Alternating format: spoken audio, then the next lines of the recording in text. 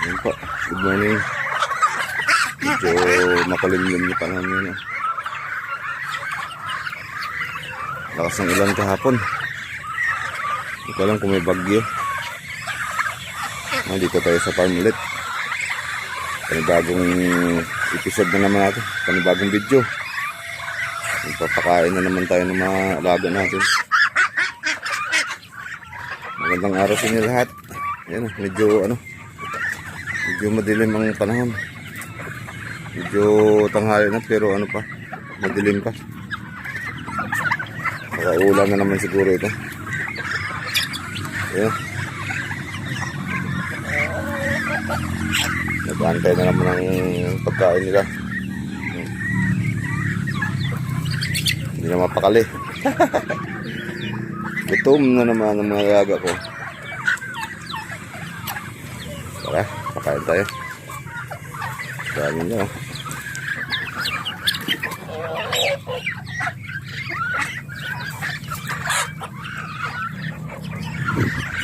Tablet lang. Doon, kain na kayo doon. Yan na. Hala. Parang mga isda na. Ano sa swimming pool na dito. Isip. Ayan.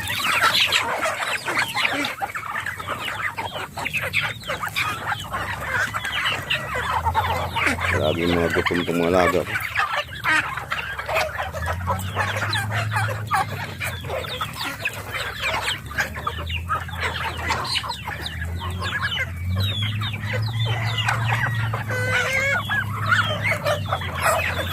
Isang habisan, kulang saglit lang, seconds na. Kaya nahagis ko yung pagkain nila guys, para lahat makakain. Kasi pag minsanan lang yung kainan nila, yung malilit hindi makakain. Dapat ikalat yung pagkain nila.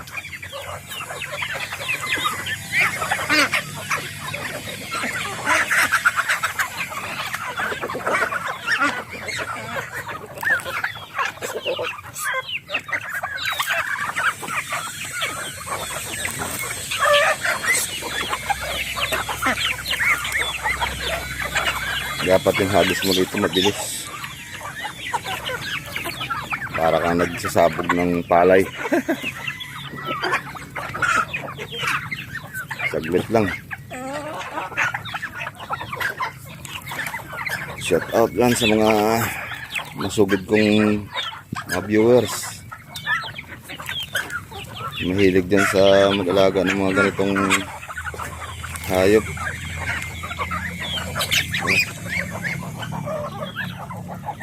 Sana kayo magsawa sa araw-araw na panonood. At ganito lang araw-araw. Lagi may nanonood ng Diyos ko. Salamat. Nanonood ng video. Pagkatapos ko pakainin ng pigs, yung tuyo na naman ng mais. May kapakain.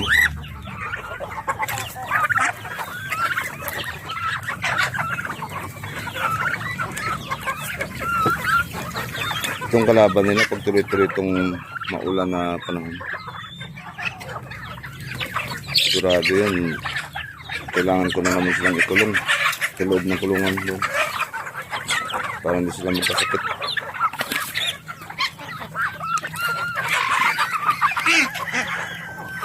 Okay lang yung pato. Yung pato walang problema to. Yung pabo lang ang kukulong ko pag mano na yung ulan. Kasi yung mga pabo masilan yan. Ano yan sa sakit. Medyo sa sakit. Mabilis kapitan ng sipon. Ganun. Sa pato okay lang.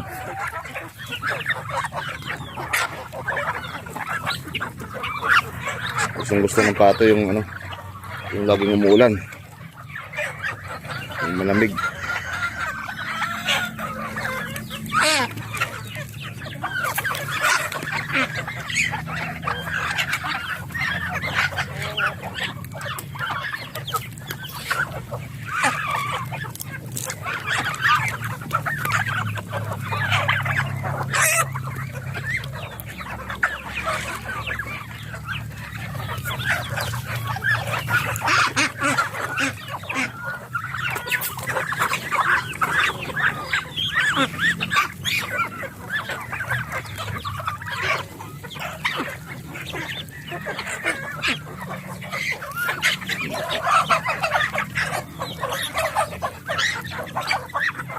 halo na.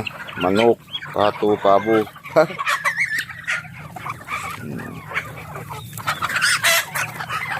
Okay lang naman, hindi naman sila hindi naman sila nag-away. So pagkatapos ng kumain, kanya-kanya na sila location. Minsan yung iba nasa labas na. Makain na ng mga damo. Yung iba naman nasa kulungan lang. Pag busog, hindi na lumalabas.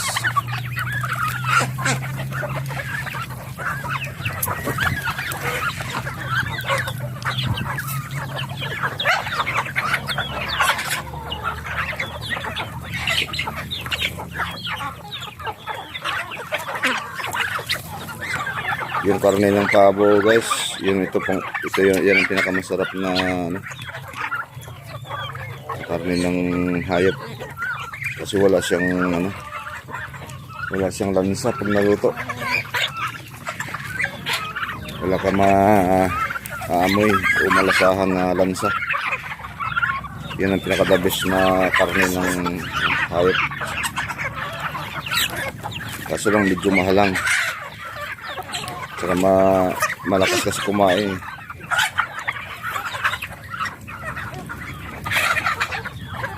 Kaya medyo mahal yung karne niya. Pero solid pag bumili ka ng ganun kalaki. Mga 6 kilos o 7 kilos. Solid naman yung pinagbili mo. Ang sarap nito, litson pabo.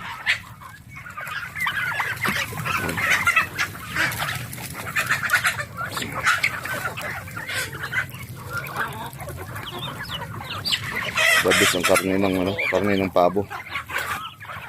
Kaso lang talagang maliban na masilan mo alagaan, malakas pa kumain. Kaya medyo mahal yung karne niya. Tulad ng manok, pabo. Simula sisiw, matitibay sa basta maalagaan mo lang sa pagkain. Matitibay sa sakit ito. Ito mga pabo nito, ay pato nito. Hindi basta-basta kapitan yung sakit. Tulad ng pabo na kahit malalaki na siya, pag kinagat ng langgam yan, may tendency na magkasakit. Katapos silang litso sa tubig. Inom tubig. Pakainin ko na naman sila ng pakain na naman sila ng tuyo ng mais.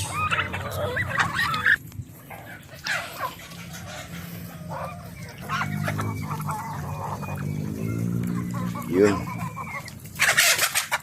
Away pa.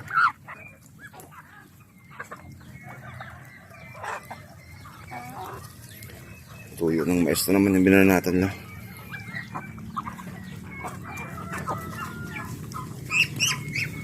Sa kabila, gutom na rin. Yun doon, umiiyak na.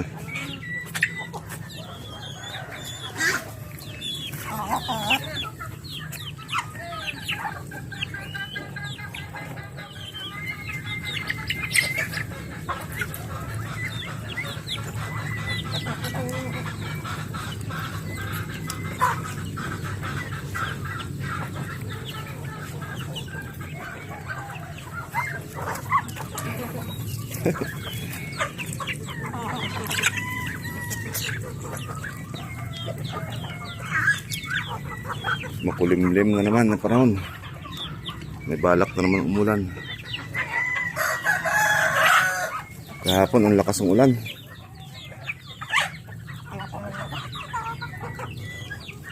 Ang laki ng patak kahapon ng ulan. Kaya ngayon medyo basa yung lupa dito.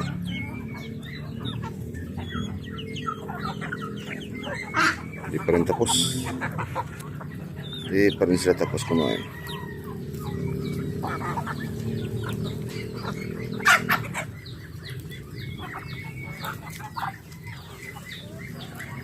Ito meron po. Pag nilagyan ko sila ng ganito, yung pakainan nila. Ilan lang yung nakakakain dahil takot sila sa Sa ibang ano, naghari-harian ito, kukunti lang. Daming pagkain nila pero kukunti lang. Kaya dun sa kabila. Pero pag dito ko sila nilapag, yan pahaba dun. Lahat sila makakakain. Lahat sila busog. Yung tulad dito, kukunti lang.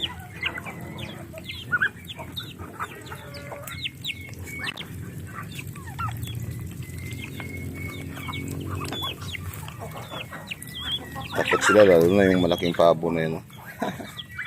Hari yan. Yung iba, nandun ako, naliligo na. Busog na sila. Maya, hagisan ko pa ng ano yan. Feeds. Pang banlaw nila. Pero matagal sila gutumin.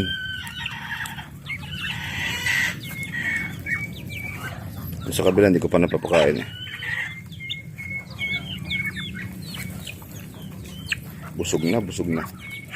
Pero kanina, halos agatin nila ang paa ko eh. Buti nakabuta ako.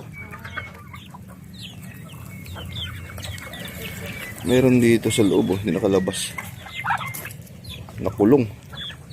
Hindi nakakain ito. Bigyan natin ng pagkain. Lang.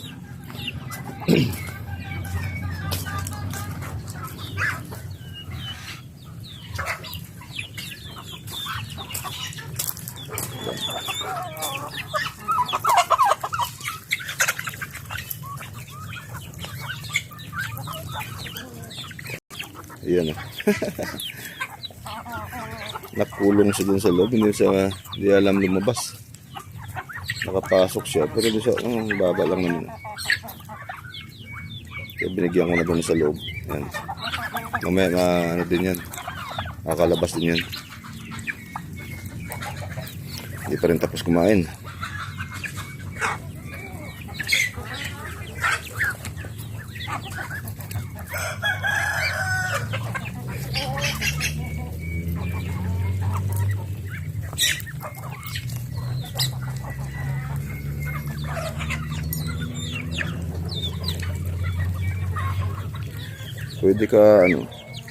Pwede ka araw-araw magkatay ng ganito pang ulam. Libre ng pang ulam, di ka na kailangan bumili sa palengke. Ang problema naman, pag ganito laging ulam mo, nakakasawa din. Nakarang araw, nagkatay ako ng isang pabo. Yung medyo malaki din. Wala, hanggang ngayon, di pa naubos, nasa rep lang. Nakakasawa din, isang kainan nakakasawa din. Kinabukasan, wala ka nang ganang kumain ulit ng ganong ulam. So dapat kahit marami kang ganitong alaga, kailangan mo pa rin bumili ng ibang ulam. Kasi nakakasawa din, nakakaumay.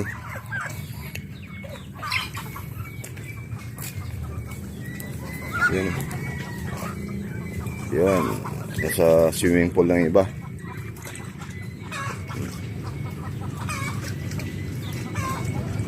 Yung swimming pool nila guys, ano yan, araw-araw ko pinapalitan tuwing hapon. Kaso lang pag dating ng pabo kasi ay pato, laging naliligo yan, kaya yung tubig niya tawag nito, hindi siya malinis. Kasi nililiguan nila, iniinuman nila.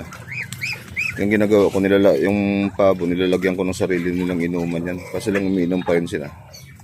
Umiinom pa rin sila dito. Pero may sariling inuman yan sa loob ng kulungan. Yan, patampisaw na sa tubig.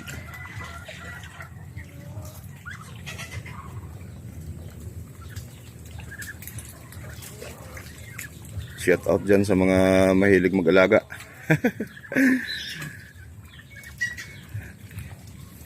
Masarap din pag ganito may alaga ka eh. Masarap din ang mo, lalo pag wala kang ginagawa. Ting hapon, magpakain ka, ting umaga. Yan. Pumunta na sila sa nila, swimming pool. Ayan. pagkatapos nilang kumain. Relax na lang dito sa swimming pool nila. Sa kabila na naman nagpapakain yung mga maliliit pa. Tara guys, yan. Dito sa kabila kumakain na rin. Ito hindi pa pwede pakawalan sa baba. Hindi pa pwede baba. Masilan pa yung mga ganito. Yan. 12 piraso. Ito yun nandito 12 na piraso. So hindi sana mabawasan to para ito ganito kalalaki. Masilan pa yan. May tendency pa na mamatay pag tinamaan ng sakit, lalo pag ginagat ng langgam yung paa nila. Pakasilan yan. Sa kabila medyo maluwag din tong pinaglalagyan ko ng mga manok, pabot sa kapato. Yan ay itlogan nila. Ayun dito malaki na. Ito dati yung sa video ko, sa short video. Ito yung nagaputol ko ng saging Maliit pa yan dati. Ngayon malaki na siya. Ito 3 piraso lang. 2 manok saka 1 pabo. Malilit pa.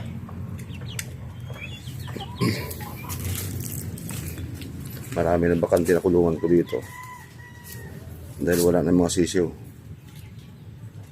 Pinaghalo-halo na lahat. Pag sisiw dito ko lahat nilalagay. Yan. Pag hindi pa pwede pakawalan dahil masilan pag nakawala tapos biglang mabasa ng ulan. Sayang yung pinapakain. Mamamatay lang din. Yun tahimik na. Mga busog na yung mga nakarelax na lang isa sa taas. Ganang ugali ng mga pabo na to pag busog na maakyat. Taas kasi tumalon yung mga yan tahimik na. Yun doon ang swimming pool natin swimming pool nila. Ayan. Papalamig. Malamig na nga. Nagpapalamig pa.